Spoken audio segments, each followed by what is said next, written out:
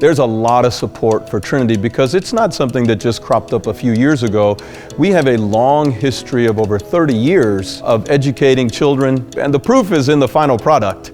I mean, these kids are doing well, they're successful, they're happy, and most especially, they're people of faith. There's such a focus on the individual student, and all the staff and the teachers know each student by name. They know their family backgrounds, they know how they're doing academically, they know how they're doing socially. So there is a deep rapport. We know every kid by name, we know every family, we know who they're related to, we know their strengths and weaknesses.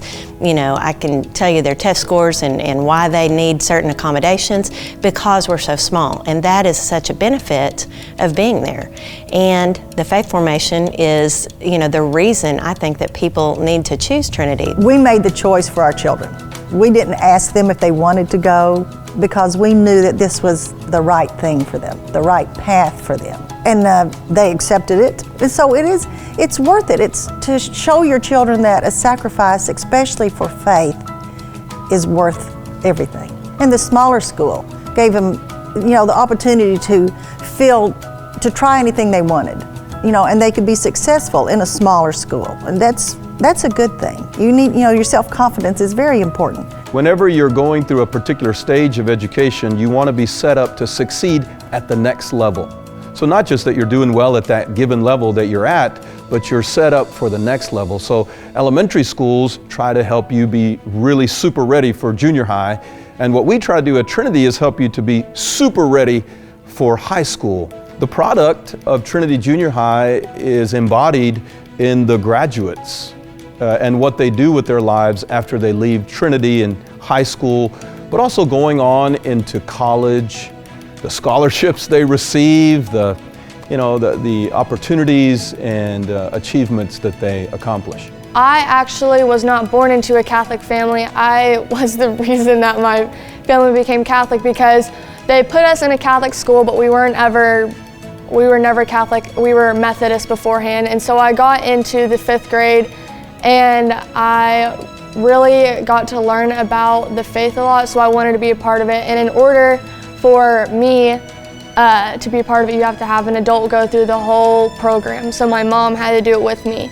And so she became Catholic and she ended up absolutely loving it. And so then once my sister became of age, she was Catholic as well. You're always running into kids from very, very different backgrounds, and it's important to learn from your classmates, the ones that don't have the same background, they're not having the same home life as you, they don't have the same opportunities as you, and really being able to learn and understand where they're coming from. Most parents are doing the very best they can, and so when they come to us and say, I want this assistance with the faith formation, I want the smaller environment so my student is getting, you know, a 14 or 15 to 1 student-teacher ratio, we understand what they're after and we understand where their priorities are. It's faith-based, they learn good morals and ethics, and not that you wouldn't learn that in the public schools, but it's a priority at Trinity. Kayla, our oldest, told me one time, she come home and basically she said, you know, it's nice to know the difference in right and wrong. I would say that since I have had the opportunity to be around campus a little for the last 3 years, I have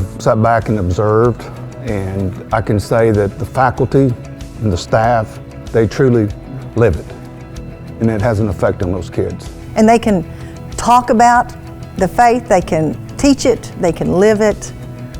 It's really priceless. Well, I think that's the big thing, is they live it. The culture at Trinity is a great culture. It's top-notch, it's faith-based, it's family-based, everybody works together. I have been flying since I was 15 years old. Right at the end of sophomore year, I started flying with a retired F-16 pilot. I recently got appointed to the Air Force Academy in Colorado Springs, so I hope to major in astronautical engineering there and then go to fighter pilot school afterwards, flying F-22 Raptors or F-35s, and then test pilot school, and then graduate at UT, and then PhD at Stanford in cosmology, like my favorite scientist, Stephen Hawking, and then astronaut and going to Mars is the end goal. It costs something.